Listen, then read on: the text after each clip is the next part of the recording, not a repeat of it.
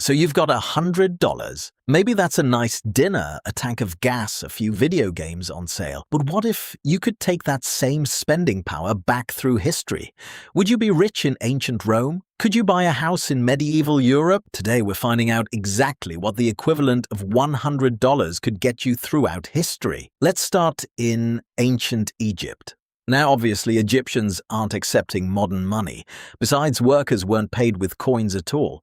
They were often paid in grain, beer, and other goods. Based on surviving records, an ordinary laborer might earn enough grain each month to feed a family, and the purchasing power represented by $100 would likely equal several months of that income. So what could we buy? First, grain. A lot of grain. We're talking hundreds of kilograms, enough to feed one person for months or a family for a significant amount of time. But honestly, grain is the boring answer. The interesting purchase is labor. Need a wall repaired, need goods moved, need fields harvested. For most of human history, having other people do physical labor for you was one of the clearest signs of wealth.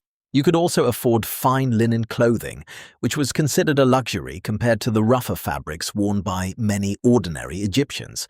Meanwhile, the pharaoh effectively controlled the resources of an entire kingdom, vast amounts of farmland, taxes collected from millions of people, major trade routes, mines, temples, and massive construction projects. So, compared to a pharaoh, we seem like a successful local businessman. Next, let's head to ancient Rome. An ordinary laborer in Rome might earn around 1 denarius per day, while a Roman legionary earned roughly 225 denarii per year before deductions. So we'd be carrying somewhere around 50 to 100 denarii worth of buying power. In other words, roughly 2 to 4 months of wages for an ordinary worker. So what could we actually buy? Well, a loaf of bread might cost around 1/12 of a denarius. If you spent all your money on bread, which would be a terrible investment, you'd be buying hundreds of loaves. But let's move on to more Roman things. Wine? Rich people drank expensive wine. Poor people drank cheap wine mixed with water. And pretty much everyone drank something. A half-liter of ordinary wine could cost around 1/8 of a denarius, meaning our budget could buy hundreds of liters. Then there were Rome's famous bathhouses. They were giant social centers with pools, exercise areas, gardens, libraries, food stalls, and thousands of visitors every day. With our budget, you could spend weeks enjoying some of the best public facilities in the ancient world. And if you really wanted to show off, a quality sword, a professionally made iron weapon wasn't something most Romans casually owned. It represented skill, materials, and serious expense.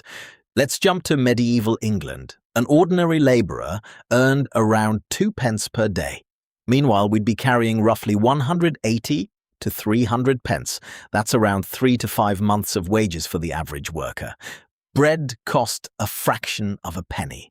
If you spent all your money on bread, you'd be buying thousands of loaves, enough to feed a family for years. Beer was also surprisingly cheap and was often consumed daily because it was usually safer than untreated water. Our budget could buy enough ale to keep a small village supplied for quite a while, and then there were animals. A sheep might cost around 12 to 20 pence, meaning we could buy somewhere between 10 and 20 sheep. A cow could cost around 70 to 80 pence, so buying several cows was completely realistic. For many medieval families, a single cow was one of the most valuable possessions they would ever own.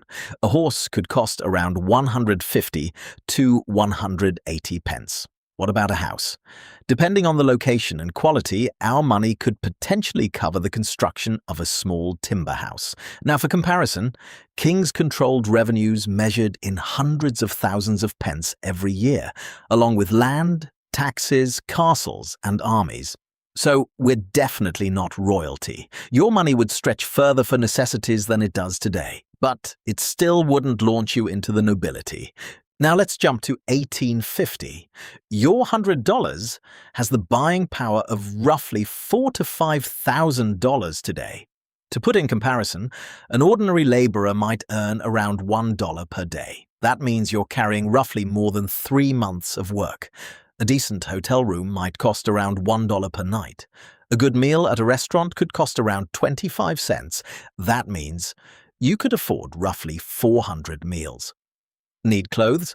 A quality pair of boots might cost $2 or $3. A sturdy suit could cost $10 or more. And then there's travel. This is where 1850s starts to feel modern. Railroads were spreading rapidly across Europe and North America. A trip that would have taken days by horse could now take hours. With your $100, you could afford long-distance rail travel multiple times over and still have money left for food and lodging. The ability to move across entire regions faster than kings could for most of human history. Now we arrive in 1950. Our $100 has the purchasing power of roughly $1,400 today. The average American worker earned roughly $3,000 per year, or around $60 per week. That means we're carrying close to a week and a half of wages. A movie ticket cost around 50 cents. We could watch about 200 movies. A gallon of gasoline cost around 27 cents. Our money could buy more than 350 gallons of fuel.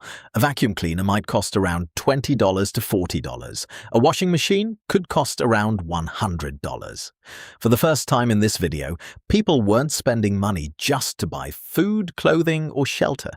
They were buying devices that saved time. For most of human history, if you wanted less work, you hired servants. By 1950, ordinary families were increasingly buying machines instead.